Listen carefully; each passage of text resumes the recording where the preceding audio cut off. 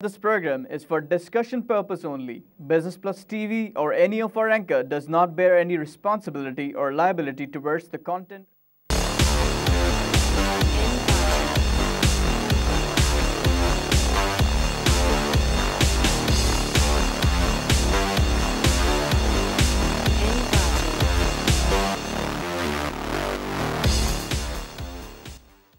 This is Business Plus, broadcasting live from Karachi, Pakistan. You're watching Tips of the Trade. I'm your host Tariq Khan Javed. नाज़रीन, कल की meeting के failure के बावजूद और 7% oil कल गिर गई थी, लेकिन रात को पिछले रात फिर से थोड़ी सी रिबाउंड आई है उसमें, और तेल जो है वापस 40 पे आ गया, 40.08 प्लस 0.75, और उसके नतीजे में हमने देखा कि डॉ जोन्स में 39 का इजाफा और डॉ जोन्स में 106 का इजाफा, SP में 13, नैस्डैक में 21, और जब ये टोक्यो की मार्केट खुली तो 598 का इजाफा, हैंगसेंग में 274 का इजाफा, शंघाई में 9 का इजाफा, और सेंसेक्स में 189 का इजाफा, सिंगापुर में 34 का इजाफा। हमारी मार्केट खुली तो बहुत अच्छी पॉजिटिव खुली, 126 प्लस पे खुली, लेकिन उसके बाद से सेलिंग आ गई ज़बरदस्त किस्म की, और गिरते गिरते -45, फिर प्लस 12 हुई, फिर -77, और अभी की 47 प्लस माइनस पे खड़ी है। 33,712 का लेवल है। वॉल्यूम, टोटल वॉल्यूम जो है 203 मिलियन शेयर। वॉल्यूम अच्छे हैं लेकिन मार्केट डाउन है। आइए लाइव कॉल से बात करें। अस्सलाम सर। वालेकुम जनाब। अब्दुल कयूम बोल रहा हूँ वाकई से। कईम साहब, welcome show sir. Sir thank you. Sir current rate पे फातिमा फर्टिलाइजर के बारे में कुछ बताएंगे? फातिमा को भाई शुरू से मैं पसंद नहीं करता जब से ये IPO हुआ। इसकी वजह ये है कि मैंने नोट किया उनके जो 250 पेज का प्रोस्पेक्टिव्स था कि ये एक कदीम बहुत पुरानी फैक्ट्री थी मुल्तान के पास, जिसको रिवाइव किया आरिफ हबीब साहब ने। तो उसके पीछे जो उनके पुराने लॉसेस का कॉस्ट था, फाइनेंशियल कॉस्ट बहुत ज़्यादा था, इसलिए अमंग द जो अभी आपको फर्टिलाइज़र कंपनीज नज़र आती हैं, इसके पीछे एक बैगेज ऑफ ओल्ड डेट वगैरह है, इसलिए इसके लिए एक इसका एक एडिशनल कॉस्ट आ जाता है। तो इससे आप दूर हैं तो आपके लिए बेहतर है। आई लाइव कॉल से बात करें। हेलो, वालेकुम जी, हामिद बात कर रहा हूँ लाहौर से। जी सर, बोलिए सर। आवाज़ भाई ये मुझे ये बताइए, एक अटक रिफाइनरी और नेशनल रिफाइनरी के बारे में क्या रखते हैं? तेल की कीमत बढ़ रही है तो इसके बारे में थोड़ी सी रोशनी डालना उसके ऊपर। देखिए, ये दो हमारी मायानाज रिफाइनरीज़ हैं, और दोनों के मालिकान भी एक ही हैं, गायद फरौन। दोनों बहुत अच्छा कर रही हैं। रिफाइनरी की मुल्क में ज़रूरत है, और तेल की कीमत ऊपर जाए नीचे जाए, वक्ती तौर पे तो इन लोगों को नुकसान होता है, लेकिन in due course they will do fine for the next 20-30 years. तो इसको आप एक लॉन्ग टर्म इन्वेस्टमेंट के तौर पे लगाएं, घबराने की कोई ज़रूरत नहीं है। एक क्वार्टर में अगर प्रॉफिट कम हो गया due to decrease in oil, वो अगले क्वार्टर में इंक्रीज़ इन ऑयल से वो कवर हो जाता है। ये बहुत स्टेबल बिज़नेस है, और अटक तो पाकिस्तान बनने से पहले का प्लांट है ये, और कराची में जो नेशनल है वो भी बहुत अच्छा प्लांट है। दोनों 12 प्रोडक्ट निकालते हैं out of the crude, so they are well integrated plants हैं, and both are very good. आई लाइव कॉल से बात करें। अस्सलाम वालेकुम। खालिद साहब, वेलकम टू शो। जहाँ मैं कहना चाहता हूँ कि ये पनामा लीग के बारे में बात हो रही थी 7-8 दिन से टीवी पे, छल चैनल पे। मैं कहना चाहता हूँ कि आयरलैंड के 3-4 प्राइम मिनिस्टर ने रिजाइन दे दिए हैं, तो मीडिया ये क्यों नहीं बताता वहाँ के लोग जो है ना 100% इनकम टैक्स भरते हैं, और मगर पाकिस्तान में लोग जो है ना आधा % इनकम टैक्स देते हैं। ये डिफरेंस भी बताया करो हर एक को, जब किसी का तजिया कार करते हैं ना, हर एक का निचोड़ बताइएगा, ये प्लस पॉइंट ये है, इसका माइनस ये है। ये जब पाकिस्तान में जितने तजिया कार जो है सब ऐसे फ्लूक मारते रहते हैं, ये अच्छी बात नहीं है। हर एक का नुक्स बताना चाहिए। रसूल सल्लल्लाहु ने बनाया कोई चीज़ अपनी बेचने से पहले उसकी बुराई बताया को, फिर हलाल रोजी हो जाती है। अच्छाई हर आदमी बताता है, बुराई आदमी नहीं बताता। पाकिस्तान में दुकानदार इनकम टैक्स कोई सही नहीं देता पाकिस्तान के अंदर, क्योंकि मैं खुद इनकम टैक्स देता हूँ। मुझे पता है कि लोग कितना सही हैं कितने गलत हैं ये लोग। और ये आपको हाँ जी, ये आपकी बात टैक्स वाली बिल्कुल सही है। यहाँ पे 1% लोग भी टैक्स नहीं देते, और फिर बातें बड़ी बड़ी करते हैं। जो लोग बैठ के बोल रहे होते हैं वही नहीं देते टैक्स। ये पाकिस्तान दुनिया का एक वाहिद मुल्क होगा जहाँ इतने कम तादाद में लोग टैक्स देते हैं। दुनिया में ऐसा कहीं नहीं है। ये अंधी नगरी चल रही है यहाँ पे। यहाँ अमीर तरीन लोग भी पैसा टैक्स नहीं देते, गरीब तरीन भी नहीं देते। बीच में जो थोड़े से लोग फंस गए, जो बड़ी फैक्ट्रियाँ खोल के बैठे हुए हैं, जो नज़र आ रही है, जो SCCP पे रजिस्टर्ड है, जो हर जगह रजिस्टर्ड है, उसको तो हर चीज़ देना पड़ता है और उसी पे टैक्स लगता चला जाता है। या जो बेचारे सैलरीड क्लास हैं, जिसकी 4 लाख से ज़्यादा आमदनी है, उसको टैक्स लग रहा है, दबा के लग रहा है। फिर ये इस तरह के स्टॉक मार्केट पे लगा दिया, पेट्रोल पे लगा दिया, गैस पे लगा दिया। तो ये है गवर्नमेंट के कमाने के तरीके। अभी सीमेंट के बारे में ख़बर आई कि सीमेंट की कीमत हमारे मुल्क में डबल है रीजनल मार्केट से। और उसकी एक वजह तो ये है कि 100 रुपये का तो गवर्नमेंट का टैक्स उसमें है। यानी कि अभी जो 500 का सीमेंट की बोरी बिक रही है, असल में इसको 250 का होना चाहिए इंटरनेशनल मार्केट के लिहाज से। जब ये बात हम करते हैं सीमेंट मैन्युफैक्चरर से, तो कहते हैं जी ये 100 रुपये का जो गवर्नमेंट टैक्स हटा दे। अगर गवर्नमेंट टैक्स हटा भी दे तो 400 का बन जाएगा, फिर भी 150 का फ़र्क रह जाता है। तो वो 150 का फ़र्क जो है वो बहुत बड़ा फ़र्क है।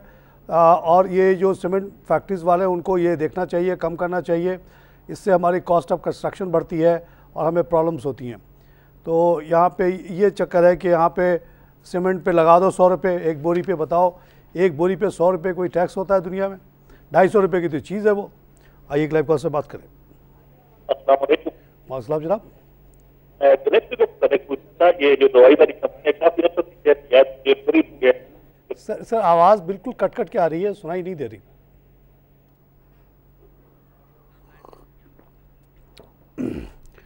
नाज़रीन, आज की जो ख़बर है बड़ी डिप्रेसिंग, वो ये है कि कॉटन की जो हमारी प्रोडक्शन है वो सिर्फ 9.8 मिलियन बेल्स हो गई। 34% गिरावट है इसमें। लेकिन अब अच्छी बात यह है कि इस दफ़ा जो हम बड़ी कोशिश कर रहे हैं सब मिलजुल के कि इस दफ़ा जो है प्रोडक्शन ख़राब ना हो। पिछले दफ़ा बारिशों वगैरह की वजह से ख़राब हो गई थी हमारी प्रोडक्शन। तो ये जो कॉटन है वो बहुत ही इंपॉर्टेंट आइटम हमारे लिए, और इसका इस तरह से डिक्लाइन होना जो है बड़ा मायूस कन और बहुत ज़्यादा इसने इम्पैक्ट किया है नेगेटिवली हमारी इकॉनमी को। आइए लाइव कॉल से बात करें। हेलो। हेलो। हाँ, मुर्तज़ा बात कर रहा हूँ जी, कराची से। ISL जो शेयर है इंटरनेशनल स्टील लिमिटेड, उसके बारे में कुछ बताएंगे आप? फिर से कहिएगा नाम। इंटरनेशनल स्टील, मेरा नाम मुर्तज़ा है ji. Murtaza. International steel limited ISL। अच्छा, ये कितने का चला है ISL? 30 रुपीज़ का है ISL। अच्छा जी। सीमेंट हो या सीमेंट के बाद आप देखिए, सीमेंट का मैंने जिक्र किया, आप आ जाइए स्टील पे। स्टील की प्रोडक्शन दुनिया में इतनी ज़्यादा हुई कि अब चाइना फाइनली अपनी प्रोडक्शन कट करने जा रहा है। और स्टील की कीमत कम होने के बहुत बड़ा फैक्टर है कि जो स्टील बनाने में जो 67% कॉस्ट होता है। बेसिकली स्टील क्या है? एक मट्टी निकलती है जिसमें आयरन ओर होता है, और उसको आप गर्म करते हैं तो मट्टी अलग हो जाती है, आयरन जो है वो पिघल के बन जाता है। सो मेन कॉस्ट उसका जो है प्रोडक्शन का वो एनर्जी है। और एनर्जी की जो कीमतें हैं वो दुनिया भर में इतनी सस्ती हो गई कि जो मेन इस्तेमाल होता है इस काम के लिए कोल है। कोल की कीमत 320 से घट के हो गई है $60 की।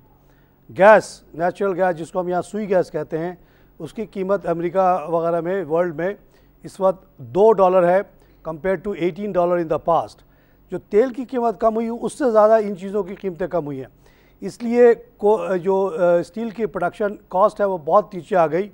और हमारे यहाँ चाहे इंटरनेशनल स्टील हो, चाहे अमरेली हो या और लोग हों, उन्होंने स्टील की कीमत कम नहीं की, तो ज़ाहिर है उनके प्रॉफिट मार्जिन्स बहुत बढ़ गए। तो जब तक ये अंधी कमाई चलती है with the help of the government, whereby ये करते ये हैं कि गवर्नमेंट को कहते हैं कि जी रेगुलेटरी ड्यूटी लगा दो 30-40%, और आराम से वो 30-40% ऊपर बेचते हैं, तो ज़ाहिर है प्रॉफिट भी उतना ही होता है। तो जो गवर्नमेंट ये रेगुलेटरी ड्यूटी लगाती है और इनको 30-40% ज़्यादा कमाने का मौका देती है, तो आप समझ ही सकते हैं कॉमन सेंस से कि जो इक़्तिदार में लोग हैं वो उनको भी उसका हिस्सा मिलता है, तभी वो लगाते हैं, नहीं तो नहीं लगाएं। क्योंकि आवाम के हक़ में तो नहीं है कि स्टील 40-50% महंगा बिके और सीमेंट जो है वो 100% महंगा बिके दुनिया भर के रेट से। अगर आज स्टील की कीमत 30-40% कम हो जाए, सीमेंट की कीमत आधी हो जाए, तो आप सोचिए कि कंस्ट्रक्शन में और लोगों की ज़िंदगियों में कितना बेहतरी आएगी। लेकिन जहाँ तक शेयर का सवाल है, इंटरनेशनल स्टील हो चाहे दूसरे steel companies, they are very good investment because they are making very good profit. इसी तरह सीमेंट का भी आप समझ सकते हैं कि सीमेंट अच्छा क्यों ना करे जब आपको इतना ज़बरदस्त मौका मिला हुआ कमाने का, लूटने का। आइए क्लाइव कॉल से बात करें। वालेकुम सलाम। भाईजान ग्लेक्सो के मुतालिक पूछना था, ये तो दवाई वाली कंपनी है ग्लेक्सो जी, कौन सी? ग्लेक्सो जी, ये ग्लेक्सो स्मिथ क्लाइन जब आप बात करते हैं तो ये 6-7 कंपनियां मिक्स होते होते अब ये ग्लेक्सो स्मिथ क्लाइन हुई है और यही 2-4 कंपनियां रह गई हैं पाकिस्तान में। तो इनका फ्यूचर तो बहुत अच्छा है और बहुत सारी कंपनियां जा भी चुकी हैं यहाँ से। मार्केट बहुत बड़ी है यहाँ, अभी तक फार्मा पॉलिसी नहीं आई है जिसकी वजह से कन्फ्यूजन है, लोग छोड़ के जा रहे हैं यहाँ से। जिस दिन फार्मा पॉलिसी आ जाएगी और जो 13-14 साल से भी ज़्यादा वक्तों से कीमतें फ़िक्स्ड हैं वो जब रिलीज़ होंगी और एक नॉर्मल कॉस्ट प्लस के बेसिस पे चली जाएंगी, तो स्मिथ क्लाइन वगैरह के साथ साथ तमाम फार्मा कंपनी के हालात बहुत अच्छे होंगे। इन द मीन टाइम 2-4 कंपनियों ने कोर्ट की मदद से अपनी कीमतें बढ़ा ली हैं, लेकिन वो एक नेचुरल चीज़ नहीं है और वो प्रॉपर चीज़ भी नहीं है। तो यहाँ फार्मेसी की बहुत बड़ी गुंजाइश है क्योंकि आबादी इतनी बड़ी है। तो आप अपनी इन्वेस्टमेंट को ना बेचिएगा। कभी कभी उतार चढ़ाव आता है, इससे कोई फ़र्क नहीं पड़ता। लॉन्ग टर्म में ये शेयर्स बहुत अच्छे हैं। आइए क्लाइव कॉल से बात करें।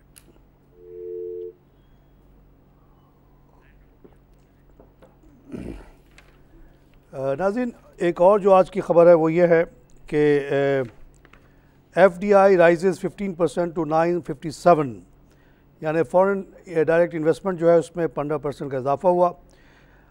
लेकिन ये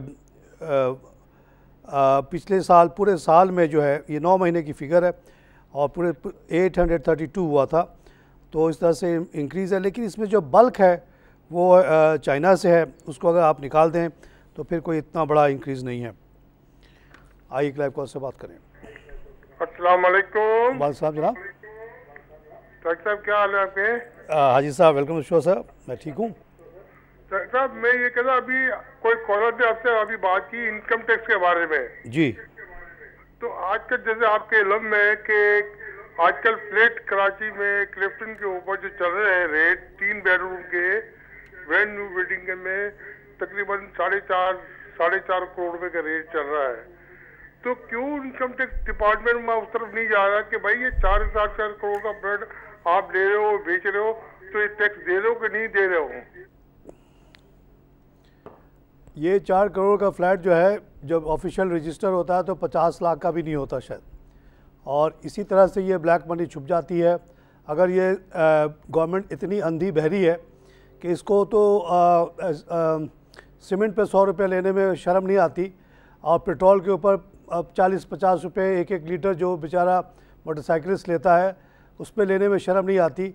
लेकिन इसको ये नज़र नहीं आता कि 4.5 करोड़ का फ्लैट 50 लाख में रजिस्टर हो रहा है।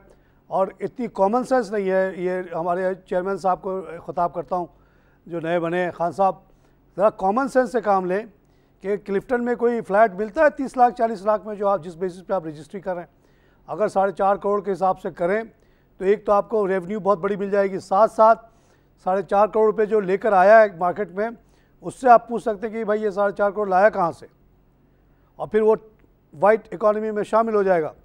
ये इतनी यहाँ पे मेरे ज़ाती राय ये है कि पाकिस्तान में टैक्स कलेक्शन की बेइंतहा गुंजाइश है। इसी बेसिस पे जो 2009 में जब मैं पहली दफ़ा आया and as president of overseas investors forum मुझे बहुत सारे चैनल्स पे बुलाया गया, तो वन ऑफ द थिंग जो मैंने कहा कि FBR को ख़त्म कर दें, टैक्स कलेक्शन का हमें ठेका दे दें। उस वक्त टोटल टैक्स कलेक्शन 1 ट्रिलियन था, हमने कहा हम 2 ट्रिलियन देने के लिए तैयार हैं। अभी रिसेंट आर्टिकल में मैंने लिखा कि हम 5 ट्रिलियन देने के लिए तैयार हैं। उसकी वजह यही है कि यहाँ पे बड़े आसानी से 10 ट्रिलियन जमा किया जा सकता है। FBR में 5.5 ट्रिलियन का जो है वो खुर्द-बुर्द हो जाता है। तो FBR को ख़त्म कर दें और हमसे ले लें 5 ट्रिलियन और सारे मुल्क के मसले हल हो जाएंगे आपके। सिर्फ आपको कॉमन सेंस यूज़ करना है। आइए क्लाइव कॉल से बात करें। हेलो, अब बात यही है कि अगर ये ठेके पे दे देंगे तो ये 5.5 करोड़ 5,500 बिलियन की रिश्वत कहाँ से आएगी, और उसका जो हिस्सा सबको बैठता है वो नहीं बैठेगा, इसलिए ये नहीं होगा। लेकिन अगर कोई ईमानदार हुकूमत आ गई, वो कहेगी हमारा क्या काम है जी, हमें बस पैसे से मतलब है, तारिक खान हो, OPIF हो, XYZ हो, अगर वो कहता है कि 5 ट्रिलियन देगा और FBR जो है 2.5 ट्रिलियन भी जमा नहीं करता, तो FBR को लगा दो लाइन से, बंद कर दो इसको, दे दो इसको 5 ट्रिलियन पे फ़ायदा, जहाँ पे अगला जो बिडिंग होगी वो और ज़्यादा पे हो जाएगी, 8-10 ट्रिलियन पे हो जाएगी, आपके सारे मसले ही ख़त्म हो जाएंगे। आइए लाइव कॉल से बात करें। हेलो, अस्सलाम वालेकुम। वालेकुम सलाम जी, जुबैर साहब, आदिल जमशेद बात कर रहा हूँ वाकैंट से। कैसे हैं? शेख साहब वेलकम शेख फ्रॉम वाकैंट। अच्छा, वो अस्करी बैंक और फैसल बैंक का पूछ रहा था, डिविडेंड तो मैंने ले लिया इन दोनों से। अच्छा, लेकिन अभी क्या कहते हैं फ्यूचर में लॉन्ग टर्म के लिए? सही है जी, बैंक्स जो है, बैंक मईशत के साथ साथ चलती है, मईशत आपकी फसलात जा रही है। आपने कल ही रिपोर्ट पढ़ ली कि शवाल पे हमारा कब्ज़ा हो गया, आखिरी पाकिस्तान का हिस्सा जिस पे हमारी आर्मी का कंट्रोल नहीं था वो हमारे अंडर में है, और इस तरह से पाकिस्तान की टेरिटरी जो है खासी बड़ी बढ़ गई है, पूरा फाटा हमारे कंट्रोल में आ गया। आप लोग जाएं वहाँ पे कारोबार करें, बिज़नेस करें। अभी शवाल के बारे में पता ये चला है कि वहाँ पे वो ऊंचाई जो ऊंचे पहाड़ जो हैं, जो हमारे बॉर्डर बनते हैं बिटवीन अफ़गानिस्तान एंड पाकिस्तान, उसके क्योंकि नीचाई पे है ये, वहाँ पानी बहुत है, तो वहाँ पे चिलगोज़ों की दरख्त बहुत ज़्यादा हैं, अब बहुत बड़ी मईशत है। यही इसी वजह से वहाँ पे ये बैठे हुए थे और हमारी आदमी वहाँ जा नहीं पाती थी। माशाल्लाह पाकिस्तान बड़ा हो रहा है, पाकिस्तान मजबूत हो रहा है, तो हर लिहाज से ये बैंक भी ज़ाहिर अच्छा ही करेंगे, क्योंकि वो इकॉनमी को रिफ्लेक्ट कर रहे होते हैं।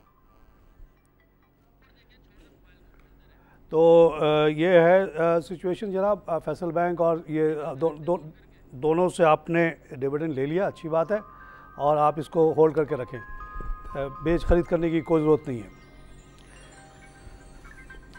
नाज़रीन, आज के जो शेयर्स हाईलाइटेड हैं, फिर से आज TRG हाईलाइटेड है, 35 रुपीज़ का हो गया, 35.52, 1.39 बढ़ा हुआ है, 20 मिलियन का काम हुआ है। अभी जब मैं आ रहा था तो हमारे एक पड़ोसी ने मुझे पकड़ लिया, उनका नाम महमूद साहब है, बहुत पुराने शेयर्स के काम करने वाले। वो बता रहे थे कि TRG कभी 1.5 रुपये का होता था। उनका सवाल ये था कि आप बताइए कि ये 35 रुपये का कैसे हो गया है, वो तो 4 रुपये में बेच के निकल गए करीब। ये शेयर हमने रिसेंट टाइम में भी देखा कि रूमर आई कि जी वोडाफोन इसको ख़रीद रहा है, और उस बेसिस पे जो है ये शेयर काफ़ी ऊपर गया, फिर नीचे आया, फिर से ऊपर जाना शुरू हुआ है, तो आज 1.39 बढ़ा हुआ है। अब ये स्पेकुलेशन है या असल डिमांड इसकी है, कुछ समझ में नहीं आ रहा। मैं इससे दूर रहता हूँ। दीवान मोटर जो है आज 11 रुपये 16 पैसे का हो गया, 1 रुपये बढ़ा हुआ है। ऐसा लगा कि जैसे वाकई रेनॉल्ट की गाड़ी वहाँ बनना शुरू हो गई है। 17 मिलियन का काम हो गया वहाँ पे। अभी तक कोई खबर नहीं आई है कंफर्म कि वहाँ पे कोई ऐसा कुछ काम हो रहा है, और इसकी कीमत 2 रुपये से बढ़ते बढ़ते इतने की हो गई है। थर्ड शेयर जो हाईलाइटेड है आज 15 मिलियन टर्नओवर के साथ है, वो पेस पाकिस्तान, जिसमें 26 पैसे का इजाफा है, 6.51 का हो गया। Sui southern gain again highlighted, 13 million का काम हो गया। सुई नॉर्दर्न 1.38 यानी अपर लिमिट है, ये 30 रुपीज़ का हो गया। इसको मैं फुल्ली इंडोर्स करता हूँ, और ये इंशाल्लाह इसी तरह और बढ़ता चला जाएगा। ये अभी इसमें और गुंजाइश है। आइए लाइव कॉल से बात करें। सर वालेकुम सलाम। तारिक साहब क्या हाल है? हाँ मैं ठीक हूँ, शुक्र जनाब। सर ये अतीक रहमान कराची से बात कर रहा हूँ। सर ये मैंने क्लोवर पाकिस्तान और चांद का पूछना था, इसका फ्यूचर क्या है? अच्छा है जी, वाई यू आर वरीड? कोई फूड सेक्टर में क्लोवर घबराने की कोई वजह है आपकी?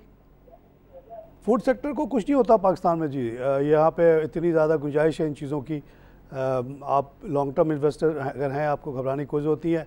कोई आपको डराने की कोशिश करे तो आप डरना नहीं, आराम से बैठे रहें। क्लोवर को मैं अच्छी तरह जानता हूँ, हमारा पड़ोसी है कोरंगी में, बहुत पुराना इनका काम है, डाइवर्सिफाइड काम है, और साइन भी अच्छा कर रहा है, पुरानी इस्टेब्लिश कंपनीज़ हैं। कोई डरने की ज़रूरत नहीं है, आराम से लेके बैठे रहें, डिविडेंड खाएँ और बेचने ख़रीदने के चक्कर से दूर रहें। नाज़रीन, उसके बाद जो कंपनी हाईलाइटेड है वो बाइको है, जहाँ 68 पैसे का इजाफा है, 21.15 पे पहुंचा with A turnover of 10 million. उसके बाद डेस्कॉन केमिकल है जहां पे 62 पैसे का इजाफा है, 8.67। आई क्लाइव कॉल से बात करें। हेलो हेलो सर, मैं इमरान बात कर रहा हूँ। मुझे सिर्फ EFU जर्नल के बारे में मालूमात चाहिए सर, ये रखना चाहिए या सेल आउट करना? कौन सी sir? EFU general. EFU life नहीं, जर्नल। अच्छा, इंश्योरेंस कंपनी है, EFU general insurance company limited. आपके पास है? कितने पे लिया था आपने जी? सर मैंने तो ये तो 169 का लिया था, जिसमें डिविडेंड और बोनस वगैरह को आए थे। 69 पे आपने लिया था? उसके मतलब क्या इसको अभी रखना चाहिए या इसको सेल आउट करना? भाई आपको अगर बोनस मिल रहा है, डिविडेंड मिल रहा है, तो और क्या चाहिए आपको? शेयर से क्या करते हैं आप? शेयर का और यूटिलिटी क्या है? और अगर ये शेयर आप बेच के कहाँ लगाएंगे ये भी बता दीजिए मुझे। अगर आप डिपॉजिट पे रखेंगे तो आपको 3-4% मिलेगा। आप बेचने का कॉस्ट दे के किसी और शेयर को खरीदेंगे तो वहाँ कोई ज़रूरी नहीं कितना मिले, तो आराम से बैठे रहें।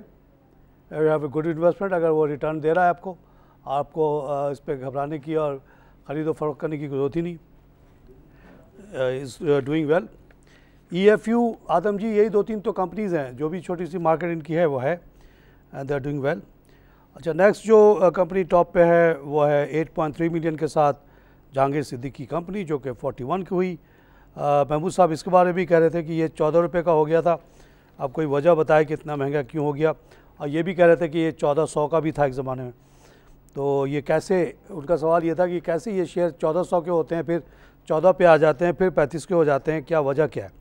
मेरे पास इसके कोई जवाब नहीं है और इस शेयर को ख़रीदने के लिए मैं बिल्कुल रेकमेंड नहीं करता। सुई साउदर्न गैस माशाल्लाह, उसमें भी 5.7 मिलियन का काम हुआ और इसमें 91 पैसा बढ़ के 28.37। आप देख लीजिए कि दोनों सुई कंपनीज़ ऊपर जा रही हैं।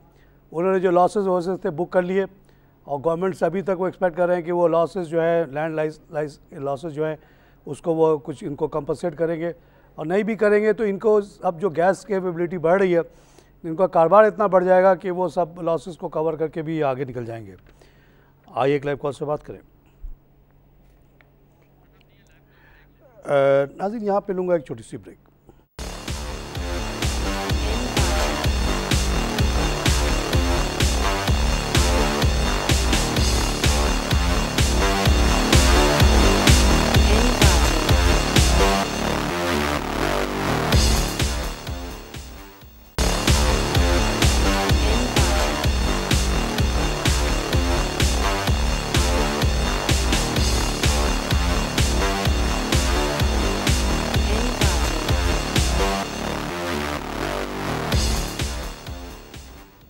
Welcome back to tips of the trade. नाज़रीन, बिल्डर्स एसोसिएशंस ने ये बात की शिकायत की है फॉर्मली कि ये बहुत ज़्यादा सीमेंट की कीमत इस मुल्क में है, और उन्होंने कुछ रेट्स बताए हैं कि चाइना में इस वक्त जो है सीमेंट की बोरी जो है सिर्फ 255 की है, जबकि ईरान में 231 और 292 in India and 216 in United Arab emirate.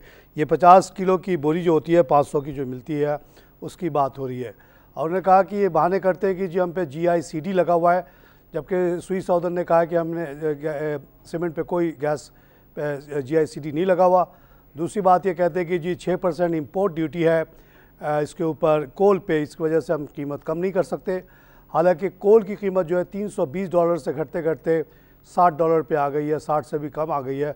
तो अगर 6% ड्यूटी लगी हुई हो तो इससे कोई फ़र्क नहीं पड़ता। तो ये बहुत बड़ी एनोमली है। जिस तरह से मैं और आइटम्स की बातें बताता रहता हूँ, 19 आइटम्स मैंने आइडेंटिफाई किए हुए जो बहुत ज़्यादा कीमतों पे बिक रही हैं पाकिस्तान में, और करस्पॉन्डिंगली ज़ाहिर है इन कंपनीज़ को बड़ा फ़ायदा हो रहा है, और वो फ़ायदा जो है बहुत आगे पीछे बढ़ रहा है। तभी इसको कोई बोल नहीं रहा, ना कंपटीशन कमीशन बोलता है ना कोई बोलता है। कंपटीशन कमीशन ने आज बड़ा कारनामा किया है, बहुत ज़माने बाद उनका नाम आया कि जी वो फर्म जो वाइटनर जो होता है चाय के अंदर जो डालते हैं दूध, उसको मिल्क कह के बेच रही हैं, तो उसके ऊपर उन्होंने नोटिस लिया है। अब वो भेज रही है नोटिस टू शकरगंज फूड और हलीब फूड, नून पाकिस्तान और एंग्रो फूड। लेकिन सीमेंट उनको नज़र नहीं आता, उनको स्टील के डबल तकरीबन कीमत नज़र नहीं आती। वो पूछते नहीं है कि भाई इतना महंगा सीमेंट और स्टील क्यों बेच रहे हो इस मुल्क में। आइए क्लाइव कॉल से बात करें। जी अस्सलाम वालेकुम। वालेकुम। क्या हाल है तारिक भाई, खैरियत से हैं? हाँ बिल्कुल ठीक हो जी, जिंदगी दे आपकी रहनुमाई हमारे लिए बहुत अच्छी साबित होती है और आप इसी तरह प्रोग्राम करते रहे और अल्लाह ताला आपको लंबी उम्र दे इंशाल्लाह। दूसरा सर मैं ये पूछना चाह रहा था आपसे कि ये सुई नॉर्दर्न और सुई साउदर्न कुछ पैसे पड़े हुए, तो सुई नॉर्दर्न और सुई साउदर्न में से कौन सा ज्यादा बेहतर रहेगा? नॉर्दर्न ज़्यादा बेहतर होगा क्योंकि उसकी फ्रेंचाइज ज़्यादा बड़ी है, वहाँ सबसे ज़्यादा गैस की कमी रही है, कारोबार वहाँ डम रहा है बिल्कुल। और जैसे ही ये गैस की अवेलेबिलिटी बढ़ेगी तो सुई नॉर्दर्न ज़्यादा तेज़ी से ऊपर बढ़ेगा और वो थोड़ा बहुत रिफ्लेक्ट भी हो रहा है। ज़्यादा फ़र्क तो नहीं है, दोनों ही ठीक है। ऐसा करें मेरे तरफ से आधा आधा दोनों जगह लगा दें, पूरा ना लगाएं एक जगह। और हम कंटिन्यू करते हैं अपने लिस्ट से। तो जनाब सुई साउदर्न जैसे कि हमने बात की 91 पैसा बढ़ा हुआ है। उसके बाद जापान पावर का नाम आ रहा है विद ए टर्नओवर ऑफ 5.4, 26 पैसे बढ़ के 4 रुपये का हो गया। शायद इसको चलाने की कोई बात चली है जिसका हमें कोई इल्म नहीं है। उसके बाद नंबर आता है गनी ऑटोमोबाइल्स का, जहाँ 4.6 मिलियन का काम हुआ है और 38 पैसा बढ़ के ये 7.7 का हुआ। ये रिक्शा वगैरह बनाते हैं, इनका भी कारोबार अच्छा बढ़ रहा है आस्ते आस्ते और they should do well in future as well, क्योंकि यहाँ छोटी गाड़ी सस्ती तो मिल नहीं रही है। 2.5 लाख 3 लाख में बहुत अच्छी अच्छी छोटी गाड़ियाँ मिल जाती हैं दुनिया भर में, 60-600 सीसी, और यहाँ तो उतने में रिक्शा मिल रहा है। तो ज़ाहिर है गनी मोटर वगैरह खूब कमा रहे हैं। चाइना से वो सस्ता वाला इंजन मंगा लेते हैं, बाकी डब्बा शब्बा बना के लगा देते हैं, वो 2-2.5 साल में ख़त्म हो जाती है गाड़ी, इतनी ख़राब क्वालिटी की गाड़ी बन रही है। पावर सीमेंट 3.7 मिलियन के टर्नओवर के बाद 83 पैसा बढ़ के 10.5। All cement companies are doing well, including the small one called Power. International bank terminal भी हम लाइटेड आज 3.7 मिलियन का काम हुआ है, 25 पैसे घट के 27 रुपये 81 पैसे का हो गया। ये शेयर मैं रिकमेंड करता हूँ, इसको आप ख़रीदें और लॉन्ग टर्म के लिए होल्ड करके रखें। एंग्रो फूड आज 154 का हो गया है, इसकी कीमत मैंने बताई हुई आपको 162, आज सस्ता मिल रहा है, लेकर रख लें और इंशाल्लाह ये वापस अब 162 पे जाएगा, उससे ऊपर भी जाएगा। ये क्विज फूड फिर से हाईलाइटेड है, 3 मिलियन का काम हुआ है, 33 पैसा 8.65। इस कंपनी को मैं रिकमेंड नहीं करता। दीवान सीमेंट 13 पैसे बढ़ के 15.45 का हुआ, 3 मिलियन का काम हुआ है। ये अपने पीक पे आ रहा है, अगर लें भी तो थोड़ा बहुत लें, इसको ज़्यादा ना लें। TPL ट्रैकर 38 पैसा बढ़ के 1387 का हुआ। इस कारोबार में भी मुझे वाइबिलिटी नज़र नहीं आती क्योंकि इसकी तोड़ निकाली है लोगों ने। जैमर आप लगाते हैं, जैमर का तोड़ मौजूद है, 4000 का मिलता है और उससे आप इसको नाकारा कर सकते हैं। इस वजह से ये कारोबार आगे ज़्यादा नहीं चलेगा। फौजी सीमेंट एक्स डिविडेंड होने के बाद 43.2 का हो गया, आज फिर 40 पैसे घटा हुआ है ये और 2.8 मिलियन का काम हुआ है। इसने अभी रिज़ल्ट दिखाया है जिसके मुताबिक इसकी प्रॉफिटेबिलिटी में 64% का इजाफा है। 3.2 वाला इसने कमा लिया कंपेयर टू 2.8 वाला। तो जब इतना बड़ा इजाफा है तो इसको बढ़ना चाहिए, घटना चाहिए? ये तो लॉजिक के ख़िलाफ़ है कि घट रहा है, तो इसको ले लें जितना ले सकते हैं। हाँ, डिविडेंड देने के बाद शेयर की कीमत घटती है, उस लिहाज से ठीक है, लेकिन ये डिविडेंड भी दे रहा है, बहुत अच्छा कमा भी रहा है, तो ये बेहतरीन पैसा लगाने की जगह है आपके लिए। आइए एक लाइव कॉल से बात करें। हेलो हेलो हेलो नाज़रीन, इसके बाद बैंक ऑफ पंजाब का नाम आ रहा है, 2.3 मिलियन का काम हुआ, इसमें 8 पैसे बढ़ के 8.79। इस बैंक को भी मैं रिकमेंड नहीं करता। निशात मिल्स में 2.2 मिलियन का काम हुआ, 1 रुपये 16 पैसे घट के 97.65 का हुआ। आई क्लाइव कॉल से बात करें। लाइन ड्रॉप हो गई। निशात मिल एक इंटीग्रेटेड टेक्सटाइल यूनिट है जो धागे से लेके आखिरी कपड़े तक और उसको दुकान भी बना के बेच देता है, तो इसलिए एक स्ट्रॉन्ग यूनिट है। आजकल थोड़े से हालात हमारे textile industry as a whole के बहुत ख़राब हैं, तो ये कंपोजिट यूनिट्स के भी शायद ख़राब हो रहे हैं क्योंकि आजकल नए ऑर्डर्स नहीं मिल रहे इनको because of high cost of cotton yarn in Pakistan. Cotton yarn महंगा इसलिए है कि 20% उसके ऊपर रेगुलेटरी ड्यूटी लगा दी गई एप्टमा के कहने पे। एप्टमा वाले बहुत मजबूत हैं पॉलिटिकली, उनकी बात कोई टालता नहीं, और लेकिन उसकी वजह से तमाम जो बाकी डाउन स्ट्रीम इंडस्ट्री है वो तबाह हो रही है, उसकी किसी को परवाह नहीं है। हाई क्लाइव कॉल से बात करें। अस्सलाम वालेकुम तारिक साहब। वालेकुम जनाब। सर मिजाज कैसे हैं आपके? ठीक ठाक? ठीक हूँ जी, अल्लाह का शुक्र है। अच्छा सर, आपसे रहनुमाई लेनी है कि मैंने 5 लाख रुपया इन्वेस्ट किया हुआ है, तो मैंने 5 कंपनियां ली हैं, क्या ये ठीक है? आप अक्सर कहते रहते हैं कि 20 कंपनियों में लगाएं, तो जी मुझे ये ठीक लग रहा है 5 लाख 5 कंपनियों में ही लगाऊं। नहीं, क्या कहिएगा सर? आप कम से कम 10 पे तो लगा दे, मेरे कहने पे आपके लिए ज्यादा बेहतर होगा। ओके। अगर 20 पे लगाए तो और अच्छा है। आपका ब्रोकर कहेगा नहीं एक ही पे लगा दो सारा, अब वो 2 रुपये वाला शेयर दिलवा देगा आपको, 2.5 लाख शेयर दिलवा देगा आपको। उससे क्या होगा आपको पता है? वो 2 लाख आपके 5 लाख गायब हो जाएंगे देखते देखते। वो क्योंकि जब आप 2.5 लाख शेयर खरीदेंगे, हर शेयर पे 50 पैसे तक कॉस्ट आ जाएगा खरीदते वक्त।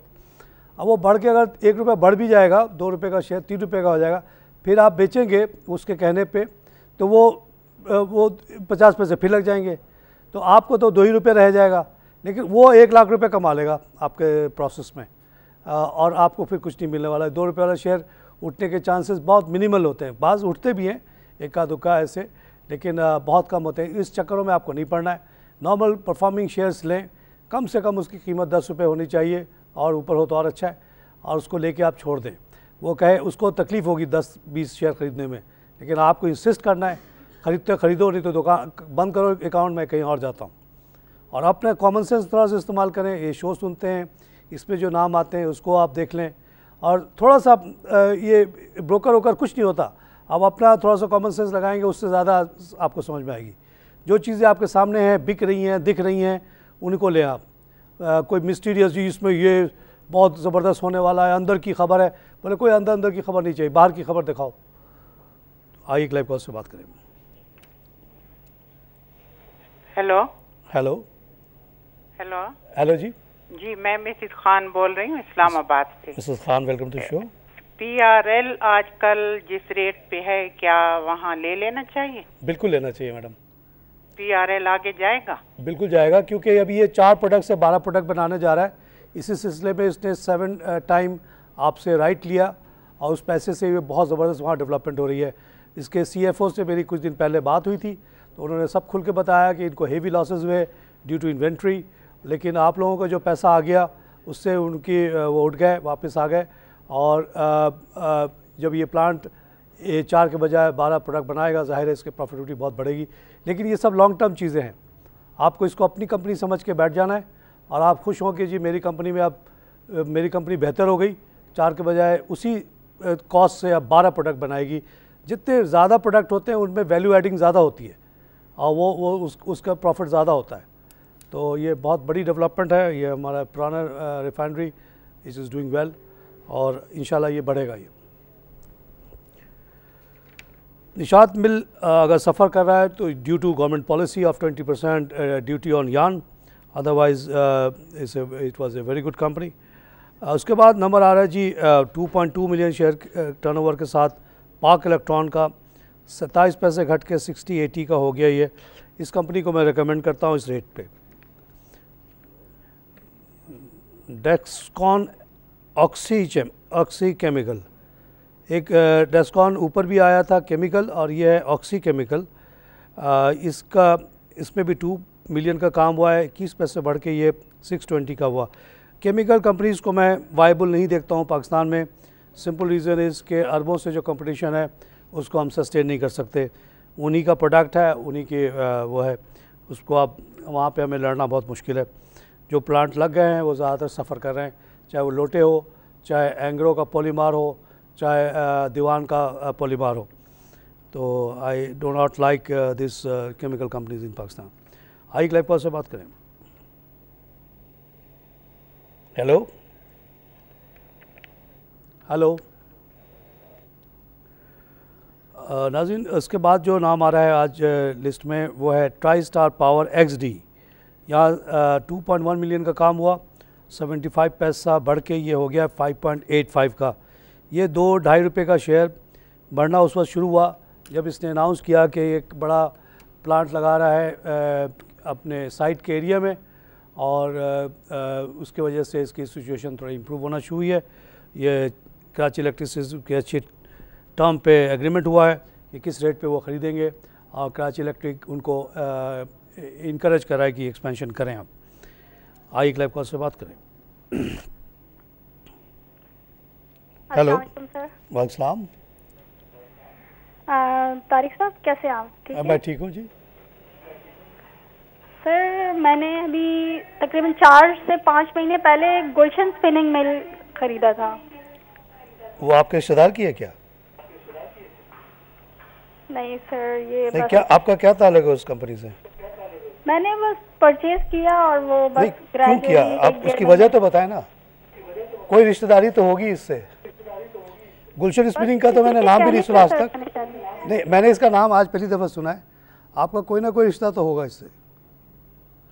अच्छा, कितने का लिया था आप? कितने का है? 4 रुपीज़ का लिया था और ये अब तो बैन पड़ा हुआ है बिल्कुल। तो यही तो बात है ना कि किसने कहा था आपको 4 रुपीज़ का लेने के लिए, जब उसको आप जानती भी नहीं है। लोकेशन इसकी कहाँ है, कितनी बड़ी जगह इसकी है? मैंने तो इसका नाम ही नहीं सुना। ये डेड कंपनी है। कोई आया होगा बेवकूफ़ बनाने के लिए मार्केट में कि जी सब लोग मिल के बोलो गुलशन स्पिनिंग, तो आप जैसे लोग ख़रीद लेंगे इसको और वो ख़ासा पैसा कमा के 8 रुपये तक ले गया होगा उसका, फिर 2 रुपये का गिरा के चला गया हो। ऐसे कंपनी को बिल्कुल ना लें जिनका नाम कभी आता ही नहीं किसी लिस्ट में कभी। ये थोड़े से लोग, ये जो स्पिनिंग मिल होगी इसकी वैल्यू एक्चुअली अभी आपसे 4 कह रहे हैं ना, ये मैं इससे अभी जाके बोलूं कि मुझे 10 रुपये पे दे दो, तमाम पूरी कंपनी नहीं देगा। क्यों नहीं देगा? ये लगी होगी 1960s में। 1960 में सिचुएशन ये थी, 50-60s में अमेरिका इतना पैसा पाकिस्तान को दे रहा था, फेंक रहा था ऐसे वर्ल्ड बैंक और एशियन डेवलपमेंट बैंक के ज़रिए कि आप जो जितने वडेरे ज़मींदार जागीरदार थे उनसे कहा जाता था कि जी आप थोड़ा सा पैसा डाल दें। 30% तो ऑफिशियली था, 70% जो है वर्ल्ड बैंक का पैसा आ जाता था थ्रू लोकल बैंक से, जो पिकिक विकिक हुआ करते थे उस ज़माने में। तो वो 30% भी नहीं लगाते थे, 10% भी नहीं लगाते थे और देखते देखते एक बड़ी फैक्ट्री के वो मालिक हो जाते थे और उसके लिए उनको ज़मीन भी बहुत बड़ी मिलती थी जिस जगह पे भी लगाते थे। और उस तरह से वो वडेरों ने अपनी 20 साल 30 साल ये फैक्ट्रियाँ उनको खिला चुकी हैं। अब कई ने बंद कर दिया है, कोई चला भी रहे हैं तो ढीले ढीले तरीके से चला रहे हैं। ये सब वडेरों की है, ये कोई डिविडेंड वगैरह नहीं देते। आप लोग जैसे शेयर होल्डर्स जो कि बहुत थोड़ी तादाद होती है, असल 80% तो उन्हीं के पास होगा, 20% आप लोगों को दिया हुआ है। आप लोगों को वो कुछ समझते ही नहीं, आपको नौकर चाकरों के तरह डील करते हैं। तो इन चक्करों में आप ना पड़ें। लेकिन इसकी अभी भी जो वैल्यू होगी एक्चुअली बहुत ज़्यादा होगी। ये गुलशन मुझे अगर मिल जाए अभी पूरा का पूरा, जो कि कभी नहीं मिलेगा, तो इसके लोहे को भी बेच दूँ और इसके ज़मीनों को बेच दूँ तो बहुत 10 रुपये कुछ भी नहीं है इसके लिए। लेकिन ये कंट्रोल में है कुछ बड़े लोगों के, आप और लोगों को, छोटे लोग कुछ नहीं कर सकते इस पर। इन चक्करों में ना पड़े आप। आई क्लिप कॉल से बात करें। आज प्रोग्राम का वक्त ख़त्म हो रहा है। आइए आखिरी 1-2 शेयर्स पे बात कर लूँ। उसके बाद ट्राई स्टार के बाद एंग्रो फर्टिलाइज़र आज 1.8 मिलियन का काम हुआ, 11 पैसे के बाद 71 पे है। ये इस रेट पे सस्ता है, इसको ले लें, ये आराम से 77 तक जाता है। उसके बाद फातिमा फर्टिलाइज़र है जिस पे मैंने शुरू में बात की, 1.7 का काम हुआ, 36 पैसे के बाद लॉस के बाद 30 है। ये plant among all the other fertiliser companies थोड़ा वीक इसलिए है कि इसका पुराना फाइनेंशियल कॉस्ट जो है इसको ड्रैग करता है। दीवान सलमान, यानी यहाँ पे दीवान सलमान फाइबर की मेरे ख्याल में बात हो रही है, उसमें भी 8 पैसे का इजाफा है। ये भी 2.3 बढ़ा हुआ है। यहाँ भी 1.6 मिलियन का काम हुआ है। ये छोटे छोटे आइटम्स जो हैं ये तमाम ब्रोकर्स मिल के एक दफ़ा तय करते हैं कि आज दीवान सलमान की बोली लगानी है। हर आदमी बोलो दीवान सलमान, और सीधे साधे जो आए इन्वेस्टर उनको ये ख़रीदवा दो 2 रुपये का, और इस तरह से उसकी कीमत भी बढ़ जाती है, अच्छा खासा टर्नओवर भी हो जाता है। उसके बाद होता वादा कुछ नहीं और फिर से वापस नीचे आ जाती है। ऐसे शेयर से आप लोग बचें। Dewan Salman fibre cannot be viable company in Pakistan due to very heavy competition for Arabs. नाज़रीन, प्रोग्राम का वक्त ख़त्म हुआ, इजाज़त चाहता हूँ, खुदा हाफ़िज़।